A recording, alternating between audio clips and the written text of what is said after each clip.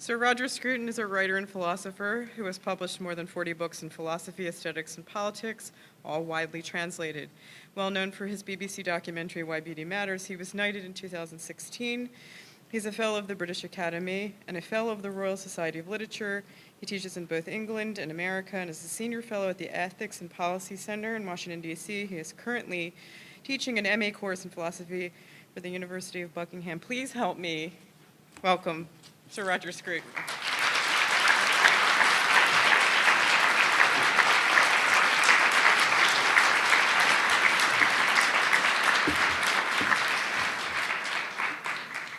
Thank you very much, Kathleen. Thank you for organizing this very impressive event with marvelous speakers with very telling examples that you've already seen.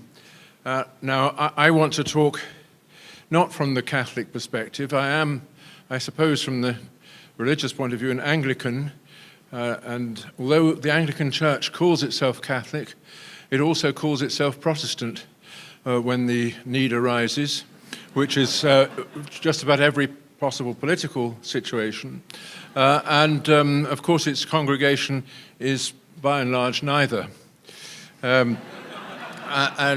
This actually is a wonderful opportunity for me to look inside some of my own views about the concept of the sacred and about how important it is for us in the modern world to retrieve it.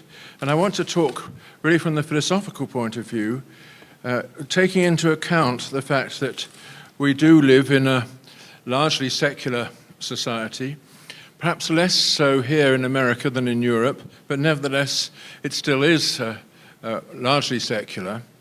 And yet, perhaps partly because of that, we feel all around us a growing need for the sacred, not just as an object, but also as a way of life. And I want to explore why that is so and how we as modern people might use this idea to bring people a little bit back towards the tradition in which we were all brought up. Now, what do I do with this? There we are. I've gone too far, haven't I? Right. We all accept the scientific worldview. That's to say, we believe that the universe has a kind of order to it which can be explored and discovered by people who have no religious faith. And this universe was put before us by Newton with his clockwork idea of how everything functions according to rigorous laws of motion. And that for a long time in the 17th and 18th century was accepted as the truth about the universe, but people also believed that the universe was created, that the clock had been set in motion by the divinity, and that it went on forever in time and forever in space. We just happened to occupy some small part of it. But nevertheless, God was there as the entity on which it all depended. At a certain point, Kant, the German philosopher, raised this great question, the question, where is the edge of the world? If you think that it has a beginning in time, then what was it about that beginning that made it possible that the universe should exist just then? There could be no answer to that question unless you refer to some prior moment. So it couldn't have a beginning in time. But of course it must have a beginning in time, otherwise an infinite series of moments would have elapsed. And how can an infinite series come to an end? So it must have a beginning, and it can't have a beginning. So if we think about the universe in this way, as a totality, we end up in contradictions. That's what Kant thought. Now, I won't say his arguments were necessarily valid, but he put before people the thought that maybe we're not in a position, we human beings, to understand the universe as a whole. We can only understand it from our point of view, and our understanding can reach out to the edge of the universe, but not beyond that edge. It's as though we lived surrounded by a one-sided boundary. confined in space and time, but not able to get to beyond the beginning in time or the end in time, or likewise get beyond the edge of space. We're contained within an envelope. And then the question arises, although we can't get beyond that boundary, is there nevertheless something beyond that boundary? In our time, quantum mechanics has obviously made a great difference to people's way of looking at the world, because quantum mechanics seems to imply that how things are in the universe at the smallest level is something which is affected by our own attempts to measure it. In which case, is there really such a distinction as we think there is between the universe and our point of view upon it? Are we even more firmly trapped in our point of view by modern science than even Kant thought we were? So all of this has led to the question of what our place in the cosmos is. And you, as I'm sure most of the people in this room will think, well, that question is not really a scientific question. Whatever science tells us, we know that we're in relation to something else. It's just that we cannot have a complete account of that, what that something else is, except through faith. Now, recently, as we know, we've been subjected to a barrage of propaganda on behalf of the evolutionary theory of our nature, which tells us that actually, not only are we a small part of the universe, but we are simply the product of a process of adaptation which we share with all the other animals and with the plants, according to which we have come to be adapted to our environment and therefore to possess the capacities needed to understand that environment as something that is useful for our own reproduction. That in the end, all we are is machines for the reproduction of our genes. And whatever we think about our point of view on the world, that's all that its validity amounts to. It's the thing that gives us the means to reproduce. And what room is there for God in such a picture? So now that's just a brief summary of something which you're all aware of course. And the question is that all there is that we can say? Kant introduced a concept of transcendental idealism, partly in order to answer this question. He said that we can understand the limits of our knowledge, and this is something very important. We can actually think up to those limits, and he gave lots of arguments for showing us what those limits are. And that is something wonderful about us, that we can transcend our point of view insofar as to see just how limited it is, but we can't get beyond those limits. Yet, as he also said, we have kind of intimations of things beyond the limits, intimations of the transcendental. In the moral life, for example, we know with absolute certainty and necessity that we are free. We know that we are bound by laws of reason, the law that we must treat each other in such a way as to obey a law that all of us could accept. We must will the maximum of our action as a law for all rational beings, as he put it. This idea that we're subjected to a categorical imperative which binds us regardless of any empirical circumstances, that is something that we know a priori. We don't know how it is that we know it, but it brings with it an intimation of a world beyond the one on which our eyes, as it were, are opened. Likewise, in aesthetic experience, in the experience of art and the beauty of nature especially, we seem to be granted intimations of a world beyond, of a transcendental realm about which we can't actually speak, but nevertheless, of which we can have a certain kind of knowledge. Wittgenstein famously said at the end of his Tractatus Logico-Philosophicus that whereof we cannot speak, we must consign to silence. But the very sentence contains within it the thought that there is something whereof we cannot speak. But of course, he's also telling us to shut up about it. But A true artist is somebody who doesn't want to shut up about it. As I say, doesn't want to rabbit on with words, but to do something else which provides an intimation of what that thing is that lies beyond the reach of the ordinary understanding. So this doesn't mean that we have no knowledge of transcendental things, only that it is not a factual knowledge. And this brings me to the idea about which I have been asked to talk, which is the idea of the sacred. At a certain point at the end of the turn of the 19th century, 19th and 20th century, the anthropologists who had done all that work in Africa and South America and so on, exploring the visions of more primitive people, came up with the view that indeed all observed human beings seem to have a conception of the sacred. And the famous sociologist Emil Durkheim, who was the son of a rabbi, in fact, and brought up in the Jewish faith, became obsessed with this question. He asked himself the question, why is it that all human beings, regardless of their experience and where they've come from and what their surrounding circumstances are, regardless of that, they have a sense of the sacred?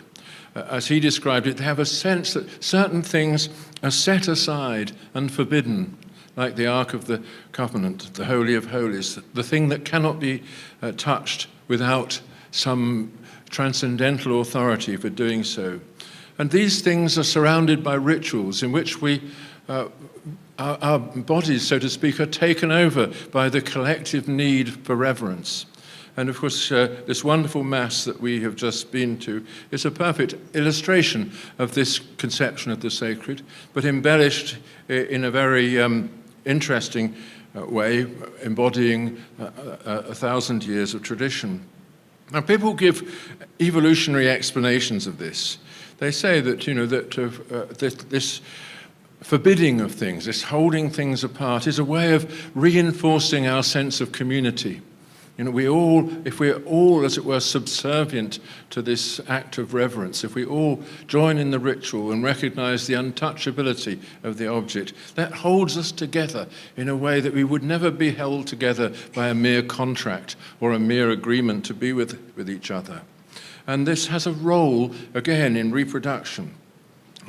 Purity and taboo, these concepts that anthropologists have also been so interested by, they also have this kind of role in reproduction. By believing that certain things should not be touched, by striving to be pure, people are, according to the evolutionists, they are saving their gene pool. They're saving their genetic inheritance and guaranteeing that it will be passed on. And this way, people are trying to develop a kind of natural science of the sacred, saying that this is just like any other experience. It's there because it promotes the reproduction of the human gene, and that's all there is to it. But this natural science of the sacred, I maintain, will never actually satisfy us. Just as we would never be satisfied by a natural science of mathematics or music. Suppose someone said that the reason why human beings are all mathematical, why we understand these extraordinary truths, such as that 2 + 2 = 4, is that if we didn't, then we would never reproduce. If you can't add, you won't multiply. But we know that might be true as a scientific explanation, but it doesn't tell us what mathematics means or what it's about.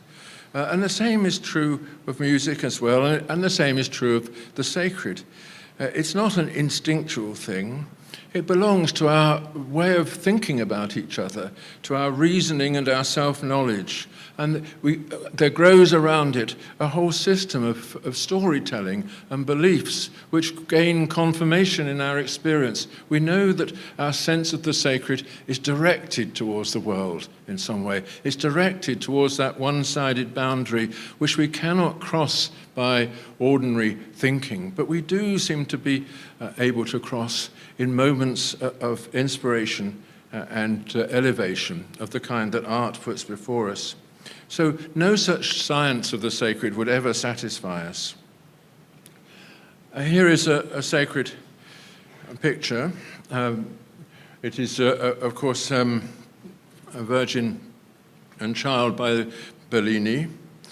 And all of you, I'm sorry that you can't really appreciate great paintings in this format, especially as they're illuminated from the wrong angle and all the rest, but nevertheless, it's familiar to you, this kind of art. Why do we study such a work of art? And how? To modern people, it isn't an object of worship. Even for the pious Catholic, perhaps especially for the pious Catholic, it's not an object of worship. It expresses the sacred without itself being sacred. To worship that painting would be idolatry, wouldn't it? But, of course, to address the Virgin Mother through that painting and by means of it is wholly appropriate. Indeed, that's why the artist painted it. But how do we know that it expresses the sacred? We know that there is a sacred story attached to it, but many of us perhaps have difficulty in believing that story or recognize it as only part of the truth, and anyway are prepared to set the story aside just because of the overwhelming presence in this painting of the object of our reverence. So the artist is wanting us to look beyond what we see and also see that beyond in what is immediately present to us. It's as though the blue of this cloak, which you can only really appreciate, obviously, in the original, that blue is in this world, but not of the world. It's something which, as it were, just the mere colour, so beautifully presented and so beautifully wrapped around the holy figure, that it itself points to, if you like, a transcendental version of itself. And the tenderness of the mother is at the very edge of what a mother can reach. Again, it's pointing beyond that one-sided boundary. But in the same way, by being a painting, it's also telling us we can't pass through that boundary. It's only what is absolutely present to us that gives us this sense that there's something other than the presence. Now, I know this is, I put all that on a slide, but you know I've said it to you, you don't need that slide. So this is an example of what I would like to call intransitive meaning. I'm using a lot of philosophical terms here, but what I mean is this, that many things have meaning, such as my words now, my gestures now, and that there is something else that they mean. That's what I mean by saying that meaning is transitive. There's something that it's pointing to beyond itself. Meaning is a relation. Sentences in language, they relate to their meaning, which can be expressed in other ways. Gestures, looks, and so on are meaningful because they're related to a meaning. But some things have meaning even though there is nothing else that they clearly mean, nothing that you could put into words or you could say is the meaning of this thing. The meaning of that Bellini painting is the Bellini painting. The meaning is there, as it were, in the very surface of the painting, like the meaning of a Beethoven quartet, which is there in the music that you hear, but could never be put into words. And many landscapes are like that. Human faces are a little bit like that. These are things with atmosphere, even though the best expression of that atmosphere is the thing itself. But sometimes, nevertheless, it's as though confronted with these things, we are standing at the one-sided boundary, looking out from our limited human perspective towards something which has no limit. I'll give you a famous example. Nobody needs to be reminded of it, of course, that Botticelli's Birth of Venus. Just to give you the famous face of the Simonetta Vespucci, his model, in which is embodied a wealth of feeling and ideas. But what were these ideas? What was Botticelli trying to say? I mean, this is one of the paintings behind which there is a philosophy. And that philosophy was Plato's idea of erotic love.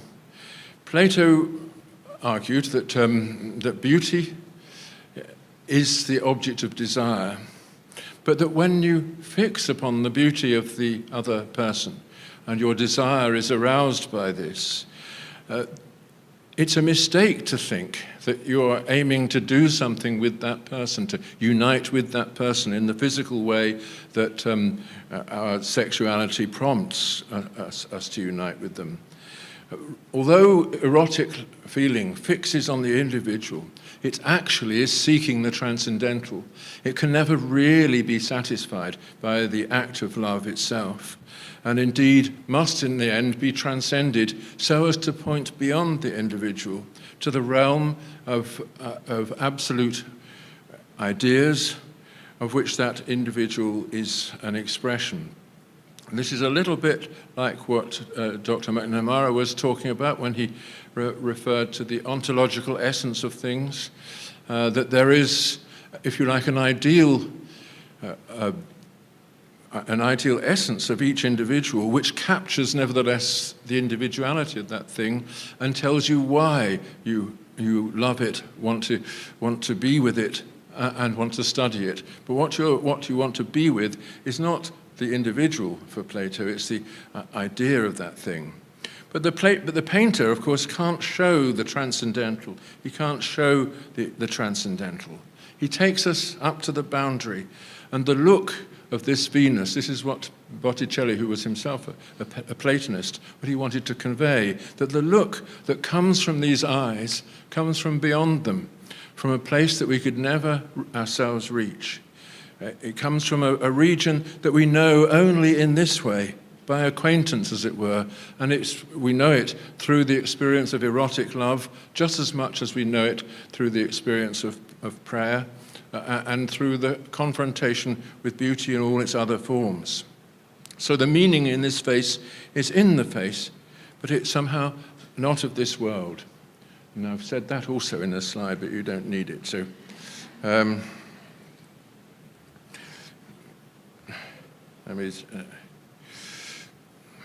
So this brings me to the conception of a sacred place. I've just talked about the meaning of the human face and how you can see in the beauty of a human face this sense that there is something beyond it, which is revealed to us in it, even if we can't reach through to it in this world. But likewise, places often have that significance for us. In the story of Moses and the burning bush, you remember this in the Old Testament, Moses has an encounter with something, a strange encounter, and he is, of course, afraid. He doesn't know what it is that is addressing him, and, of course, it is a sense that at this place something is happening which doesn't really have a place in this world. This is one of those points of intersection of the timeless with time that T.S. Eliot refers to. So he has the question, with what am I being presented? What am I encountering here in the burning bush? And he asks God to define himself. Tell me who you are. And God says, well, I am that I am. He doesn't give him any more information except what is contained in the word I. In other words, that here he's encountered just the very same thing that Botticelli was trying to force us to encounter with in the face of his model. That sense of the subjective view of things, which is addressing me through those eyes, but addressing me from a point beyond them, a point that I could never reach. And isn't that what Moses encountered in the burning bush? That he was being addressed from a point beyond this world, which was like the point of view that each of us has, the point of view of the I, that I could never reach through to your I, to the ego with which you address me. To do so, I'd have to be you. So this is a paradigm of an experience that we encounter in many other forms, and we feel as though we're being addressed by the world. And the true artist is somebody who is always stopping to be addressed by things and to recognize that transcendental perspective that has picked him out in the way that God picked out Moses. And we see this in landscape painting. So we find a face in the facts of this world, the transcendental that looks out at me, but which I can never reach. And here is, of course, you can't really appreciate landscape painting from this kind of reproduction. This is by John Crome. Just a little quiet, dusky landscape in the fens in England, in which he tries to show the way in which things glow at you. You have a place in that landscape, and it also has a place in your heart. And this brings me to another way of understanding what the sacred really is for us. We make a distinction, and ought to make a distinction, between consecrating things and desecrating them. It's one proof that things have a sacred character that we can desecrate them.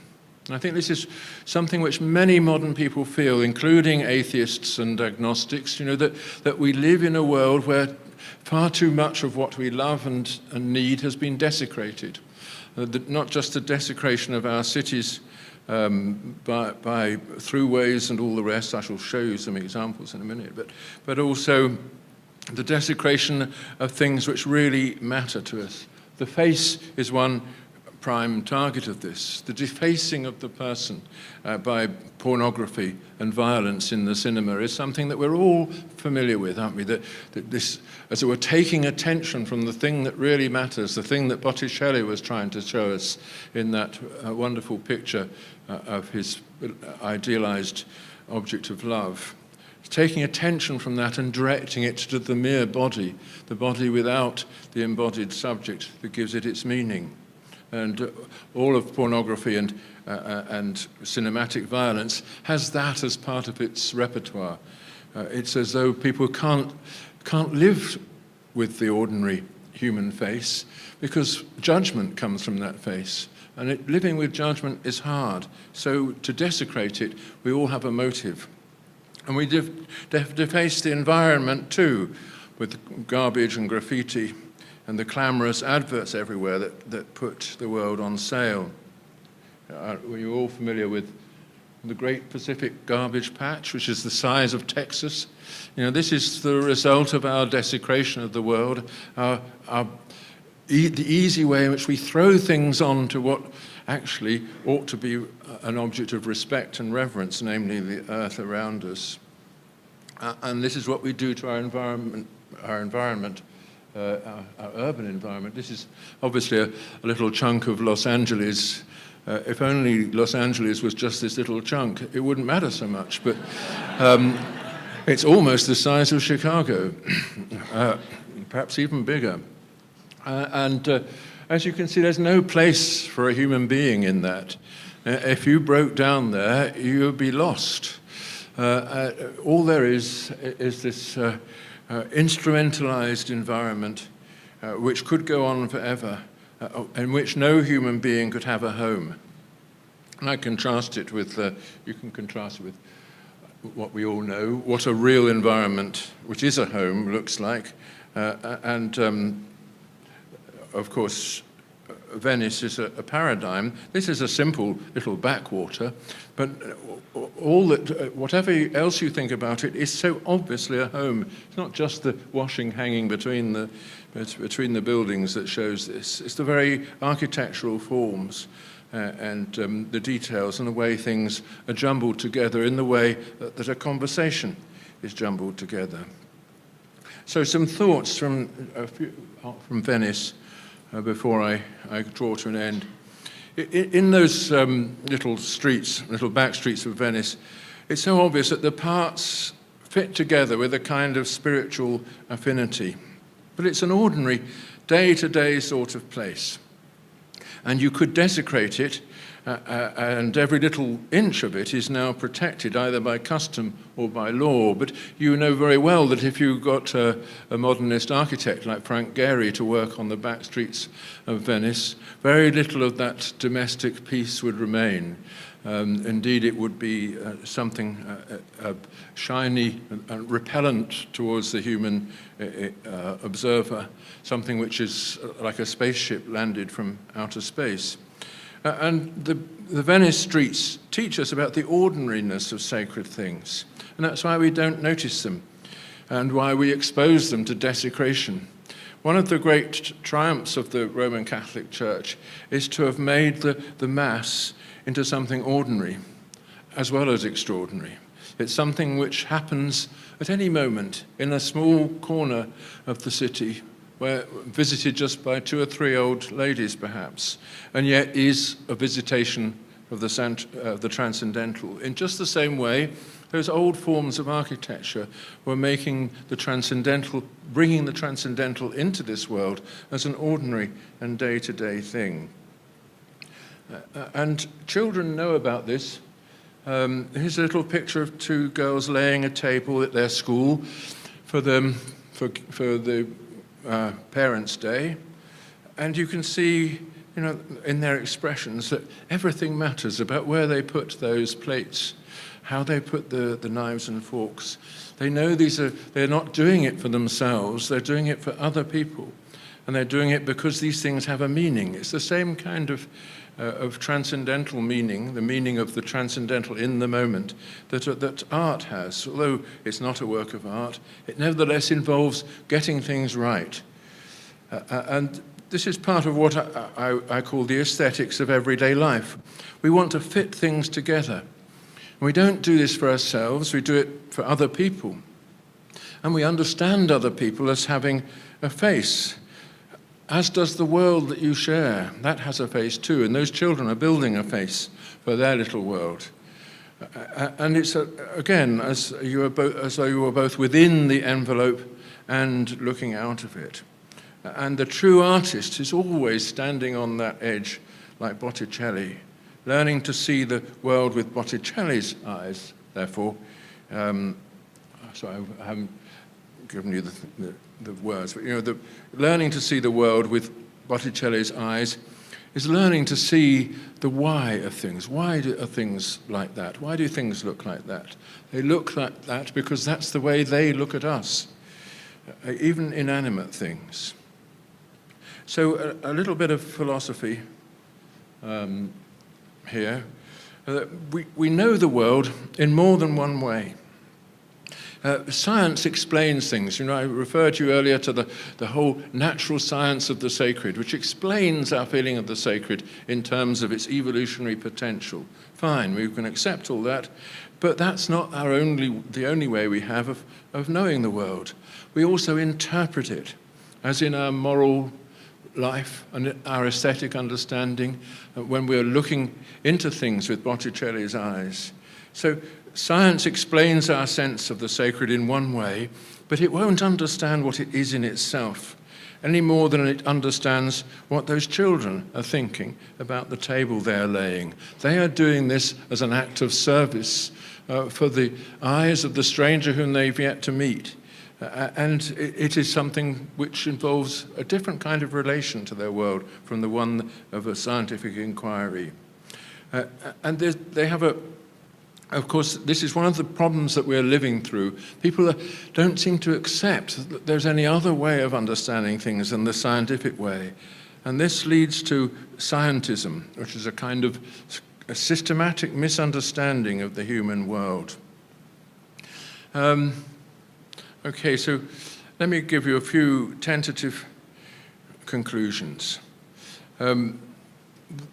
I think we need to introduce this concept of the sacred into our curriculum in schools. We need to show children from an early age, like those children that we just saw, that aesthetic values really matter, that they are part of understanding the world as something which points beyond itself. We should show where the sacred things are to be found and how we must respect them. And I think poets, artists, and architects They find it and they make it explicit, like Bellini in that painting or like William Blake in his poetry. But their work has also to be put in the context of ordinary practical knowledge, the knowledge of how to act and what to feel in ordinary everyday life, which is what those children are, of course, learning. That's why we need to be a little critical in our understanding of these things. We need to show people how to make judgments about what is beautiful, what is not, about what is desecrated by our treatment of it, or on the contrary, consecrated. And this criticism, it isn't art history or anything like that. It's putting people directly into relation with works of art and their meaning, showing the meaningfulness of the things that we ourselves create. And I think if we had a curriculum like that in our schools, showing that the sacred and the beautiful are connected, and that they're both things that can be spoiled, we would bring knowledge into the world that is more and more needed in this secular time in which we live. However, as you in this room will all immediately say, that's fine, of course, but we have another and more direct and simpler way to make this connection, which is through faith. And I think that is true. But the problem is, how do you address those without faith? You have to do, I think, the kind of thing that I've been doing in this talk to open the door to these experiences, to make room in the ordinary skeptical mind for this sense that actually the world has a meaning which is greater than what is revealed through to our ordinary scientific inquiries, but it is revealed directly and in an everyday way to all of us if only we would keep our attention ready for it. So, thank you.